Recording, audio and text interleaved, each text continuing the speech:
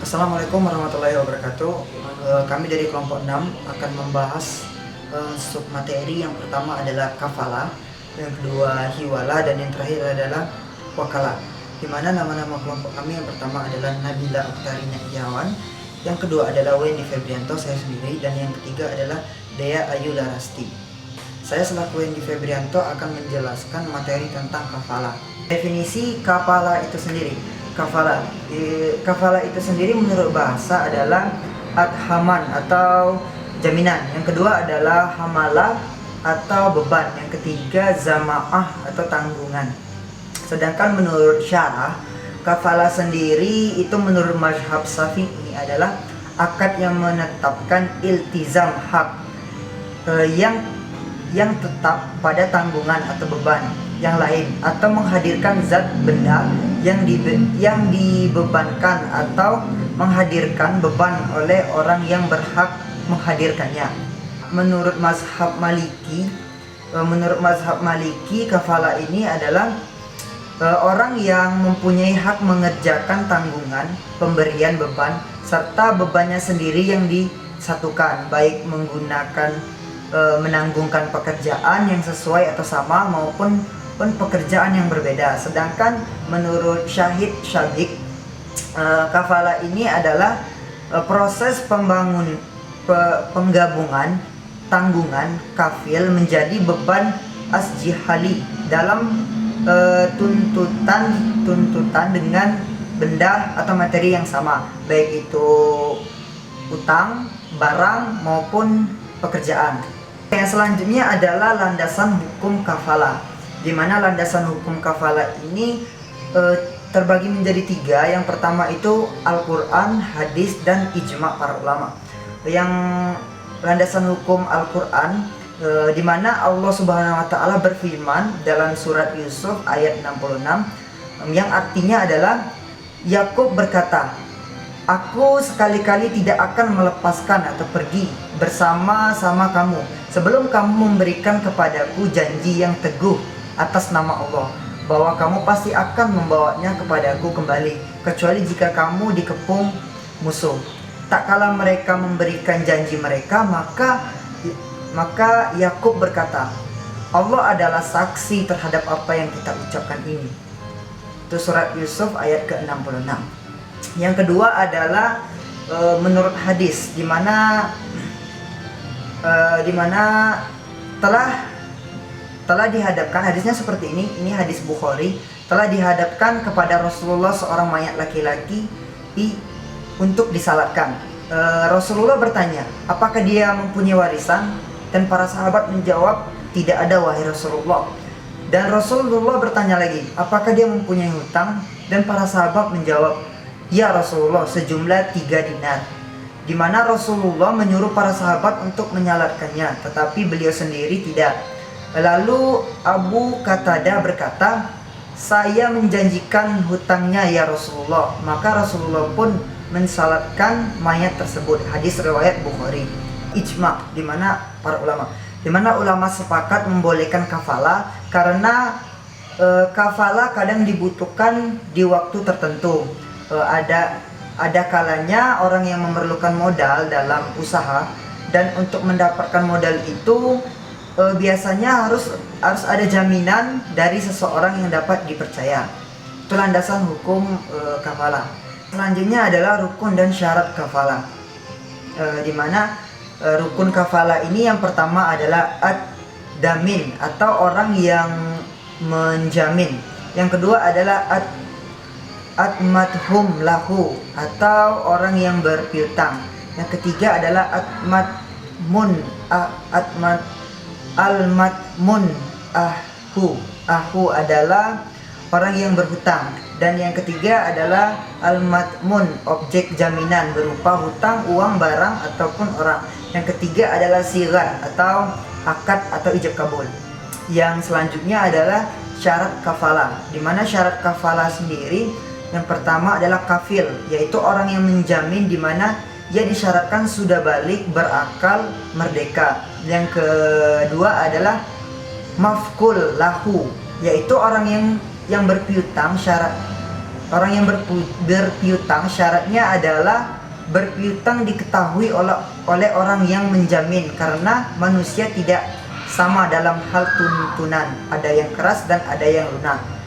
Makful anhu adalah orang yang berutang, di mana disyaratkan baginya kerelaan terhadap pinjaman, karena pada prinsipnya hutang itu harus lunak, baik orang yang berhutang rela maupun tidak. Namun lebih baik dia rela atau ridho. Yang ketiga, yang selanjutnya adalah al-makful, adalah utang. Barang atau orang disebut juga matmun bin bih atau makful. Disyaratkan pada makful dapat diketahui dan tetap keadaannya ditetapkan, baik sudah tetap maupun akan tetap. Yang ketiga adalah sirat atau lafaz, adalah pernyataan yang diucapkan oleh peminjam, disyaratkan keadaan sirat ijab kabul atau akad mengandung makna menjamin, tidak digantung kepada suatu dan tidak berarti sementara. Aplikasi dalam kafalah, di mana aplikasi dalam kafalah itu yang pertama adalah kafalah bin nafs, di mana jenis kafalah ini merupakan akad memberikan jaminan atas diri sendiri. Sebagai contoh dalam hal praktik perbankan, untuk kafalah ini yaitu seseorang nasabah yang mendapat pembiayaan dengan jaminan nama baik dan ketokohan seseorang atau pemuka masyarakat, di mana bank mengharapkan bahwa si nasabah ini bisa menjamin pembayaran terhadap bank. Yang kedua adalah kafalah bil mal, di mana kafalah bil mal ini adalah jaminan pembayaran barang atau pelunasan utang. Yang ketiga, kafalah bid sahlim, di mana kafalah bid sahlim ini, jenis kafalah ini biasanya dilakukan untuk menjamin pengembalian atas barang yang disewakan pada waktu masa sewa berakhir. Jenis pemberian jaminan ini dapat dilaksanakan oleh bank untuk kepentingan nasabahnya dalam bentuk kerjasama dengan perusahaan penyewa atau leasing. Jaminan pembayaran bagi bank dapat berupa deposito atau tabungan, dan bank dapat membebankan uang jasa atau fee kepada nasabah itu. Kafalah al-munazah, di mana kafalah al-munazah ini adalah jaminan mutlak yang tidak dibatasi oleh jangka dan untuk kepentingan atau tujuan tertentu. Salah satu bentuk kafalah al-munazah adalah pemberian jaminan dalam bentuk jaminan prestasi. Kafalah al-muallakah, di mana kafalah al-muallakah ini, bentuk jaminan ini merupakan penyederhanaan dari kafalah al-manazah atau yang sebelum tadi, baik oleh industri perbankan maupun asuransi. Baiklah, untuk materi selanjutnya itu hiwala, itu akan dijelaskan oleh teman saya Dea Ayu Larasti. Assalamualaikum warahmatullahi wabarakatuh. Perkenalkan, nama saya Dea Ayu Larasti, NIM 1811140100. Baiklah, di sini saya akan menjelaskan materi yang kedua, yaitu hiwala. Definisi hiwala: menurut bahasa, kata al-hiwala huruf H dibaca kasroh atau kadang-kadang dibaca fathah, berasal dari kata at-tahawul yang berarti alintikal, pemindahan atau pengalihan. Sedangkan pengertian hiwala secara istilah, para ulama berbeda-beda dalam mendefinisikannya, diantaranya sebagai berikut. Yang pertama, menurut Hanafiyah, yang dimaksud al-hiwala adalah memindahkan beban utang dari tanggung jawab muhil atau orang yang berhutang kepada tanggung jawab muhal alaih atau orang lain yang punya tanggung jawab membayar utang pula. Yang kedua, menurut Maliki, Syafi'i, dan Hanbali, al-hiwala adalah pemindahan atau pengalihan hak untuk menuntut pembayaran utang dari satu pihak kepada pihak yang lainnya. Berikutnya ada landasan hukum hiwala. Yang pertama ada Al-Quran. Dan jika orang yang berhutang itu dalam kesukaran, maka berilah tangguh sampai dia berkelapangan dan menyedekahkan sebagian atau semua utang. Itu lebih baik bagimu jika kamu mengetahui. Quran Surah Al-Baqarah ayat 280. Yang kedua ada hadis. Imam Bukhari dan Muslim meriwayatkan dari Abu Hurairah bahwa Rasulullah bersabda, memperlambat pembayaran hutang yang dilakukan oleh orang kaya merupakan perbuatan zalim. Jika salah seorang kamu dialihkan kepada orang yang mudah membayar hutang, maka hendaklah ia beralih atau diterima pengalihan tersebut. Hadis riwayat Al-Bukhari dan Muslim. Yang ketiga ada ijma. Para ulama sepakat membolehkan hawala. Hawala dibolehkan pada hutang yang tidak berbentuk barang atau benda. Karena hawala adalah perpindahan utang, oleh sebab itu harus ada utang atau kewajiban finansial. Berikutnya ada rukun dan syarat hiwala. Rukun hiwala menurut mazhab Maliki, Syafi'i, dan Hanbali ada 6. Itu yang pertama, pihak pertama muhil, yakni orang yang berhutang dan sekaligus berpiutang. Yang kedua, pihak kedua muhal atau muhtal, yakni orang yang berpiutang kepada muhil. Yang ketiga, pihak ketiga muhal alaih, yakni orang yang berhutang kepada muhil dan wajib membayar hutang kepada muhtal. Yang keempat, ada hutang pihak pertama pada pihak kedua, muhal bih, yakni hutang muhil kepada muhtal. Yang kelima, ada hutang pihak ketiga kepada pihak pertama, hutang muhal alaih kepada muhil. Yang keenam, ada sikho atau pernyataan hiwala. Penjelasan, umpama A sebagai muhil berhutang dengan B sebagai muhal, dan A berpiutang dengan C sebagai muhal alaih. Jadi A adalah orang yang berhutang dan berpiutang, B hanya berpiutang, dan C hanya berhutang. Kemudian A dengan persetujuan B menyuruh C membayar hutangnya kepada B. Setelah terjadi akad hiwala, terlepaslah A dari hutangnya kepada B, dan C tidak berhutang kepada A. Tetapi hutangnya kepada A telah berpindah kepada B. Berarti C harus membayar hutangnya itu kepada B dan tidak lagi kepada A. Berikutnya ada syarat hiwala. Syarat hiwala ini berkaitan dengan muhil, muhal, muhal alai, dan muhal bi atau hutang yang dipindahkan. Yang pertama, syarat muhil atau pemindah hutang. Ia disyaratkan harus dengan 2 syarat. Yang pertama, berkemampuan untuk melakukan akad atau kontrak. Hal ini dapat dimiliki jika ia berakal dan balik. Hiwala tidak dilakukan oleh orang gila dan anak-anak karena tidak mampu atau belum dapat dipandang sebagai orang yang bertanggung secara hukum. Yang kedua, kerelaan muhil. Ini disebabkan karena hiwala mengandungi pengertian pelupusan hak milik sehingga tidak sah jika ia dipaksakan. Ibnu Kamal berkata dalam Al-Idah bahwa syarat kerelaan pemindahan hutang diperlukan ketika berlaku tuntutan. Selanjutnya ada syarat muhal atau pemiutang asal. Ia terdiri dari 3 syarat. Yang pertama, ia harus memiliki kemampuan untuk melaksanakan kontrak. Ini sama dengan syarat yang harus dipenuhi oleh muhil. Yang kedua, kerelaan dari muhal karena tidak sah jika hal itu dipaksakan. Yang ketiga, penerimaan penawaran hendaklah berlaku dalam majelis syakat. Ini adalah syarat berakad. Dan selanjutnya syarat muhal alaih atau penerima pindah hutang. Yang pertama, sama dengan syarat pertama bagi muhil dan muhal, yaitu berakal dan balik. Yang kedua, kerelaan. Kalau ada unsur-unsur paksaan dalam penerimaan pindah hutang, akadnya tidak sah. Ulama Maliki tidak mensyaratkan kerelaan bagi penerima hiwala. Yang ketiga, penerimaan hendaklah dibuat dalam majelis zakat menurut Abu Hanifah dan Muhammad. Syarat ketiga ini adalah syarat berakad. Berikutnya ada syarat muhal bih atau hutang. Para ulama sekata bahwa hutang yang dipindahkan memenuhi 2 syarat. Yang pertama, ia hendaklah hutang yang berlaku pada pemiutang dan pemindah hutang. Sekiranya ia bukan hutang, kedudukan akadnya menjadi perwakilan. Implikasinya, hiwala dalam bentuk barang yang tidak sah karena ia tidak sabit dalam tanggungan. Yang kedua, hutang tersebut adalah berbentuk hutang lazim. Hutang yang tidak lazim tidak sah dipindahkan, seperti bayaran ganjaran yang mesti dibayar oleh hamba makatab atau hamba yang dibenarkan menebus diri dengan bayaran. Karena hutangnya tidak boleh dianggap sebagai hutang lazim, setiap hutang yang tidak sah untuk tujuan jaminan, ia tidak sah untuk dipindah-pindahkan. Berikutnya yang terakhir ada aplikasi dan problem hiwala. Dalam praktik perbankan syariah, fasilitas hiwala lazimnya untuk membantu supplier mendapatkan modal tunai agar dapat melanjutkan usahanya. Bank mendapat ganti biaya atas jasa pemindahan hutang.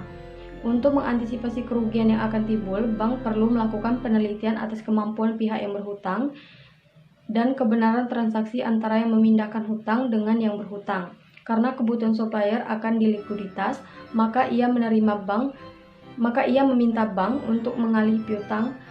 Bank akan menerima pembayaran dari pemilik proyek. Assalamualaikum warahmatullahi wabarakatuh. Perkenalkan, nama saya Nabila Oktarina Irawan, NIM 1811140083. Di sini saya akan menjelaskan materi terakhir mengenai wakalah.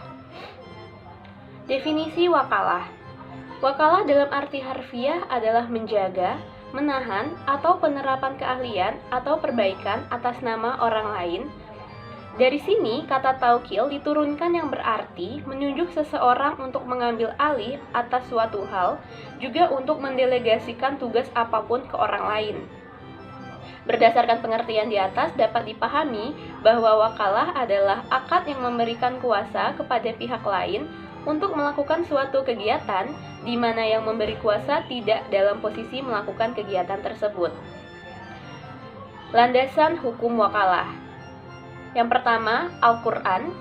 Surat Yusuf ayat 55 juga menerangkan yang artinya, berkata Yusuf, jadikanlah aku bendaharawan negara, sesungguhnya aku adalah orang yang pandai menjaga lagi berpengetahuan. Quran Surah Yusuf ayat 55. Yang kedua, sunnah, yang artinya bahwasanya Rasulullah Shallallahu Alaihi Wasallam mewakilkan kepada Abu Rafi'i dan seorang Ansyar untuk mewakilinya mengawini Maimunah binti Harits, hadis riwayat Malik. Dan yang terakhir ada ijma. Para ulama berpendapat dengan ijma atas dibolehkannya wakalah. Mereka mensunahkan wakalah dengan alasan bahwa wakalah termasuk jenis ta'awun atau tolong-menolong atas dasar kebaikan dan takwa. Rukun dan syarat wakalah. Rukun wakalah yang pertama, orang yang memberi kuasa atau al-muwakil. Yang kedua, orang yang diberi kuasa atau al-wakil. Yang ketiga, perkara atau hal yang dikuasakan atau al-taukil. Dan yang terakhir, pernyataan kesepakatan atau ijab dan qabul. Syarat-syarat wakalah. Yang pertama ada syarat-syarat muwakil atau yang diwakilkan, yaitu pemilik sah yang dapat bertindak terhadap sesuatu yang diwakilkan. Orang mukallaf atau anak mumayyiz dalam batas-batas tertentu, yakni dalam hal-hal yang bermanfaat baginya seperti mewakilkan untuk menerima hibah, menerima sedekah, dan sebagainya. Yang kedua, syarat-syarat wakil atau yang mewakili, yaitu harus cakap hukum, dapat mengerjakan tugas yang diwakilkan kepadanya, dan yang terakhir, wakil adalah orang yang diberi amanah. Yang terakhir adalah hal-hal yang boleh diwakilkan dan tidak boleh diwakilkan. Ada yang mewakilkan dan wakil. Anak kecil yang dapat membedakan baik dan buruk boleh mewakilkan dalam tindakan yang bermanfaat, seperti perwakilan untuk menerima hibah, sedekah, dan wasiat. Ada sesuatu yang diwakilkan sebagai berikut. Yang pertama, menerima penggantian. Maksudnya, boleh diwakilkan pada orang lain untuk mengerjakannya. Tidak sah mewakilkan sesuatu seperti sholat, puasa, dan membaca ayat Al-Quran. Yang kedua, dimiliki oleh yang berwakil ketika ia berwakil.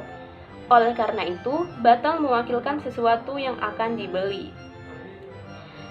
Dan yang terakhir, diketahui dengan jelas, batal mewakilkan sesuatu yang masih samar, seperti seseorang yang berkata, aku jadikan engkau sebagai wakilku untuk menikahkan salah seorang anakku. Ada lafal yang menunjukkan ridho yang mewakilkan dan wakil menerimanya. Baiklah, sekian dari penjelasan saya. Jika ada salah kata, saya mohon maaf. Assalamualaikum warahmatullahi wabarakatuh.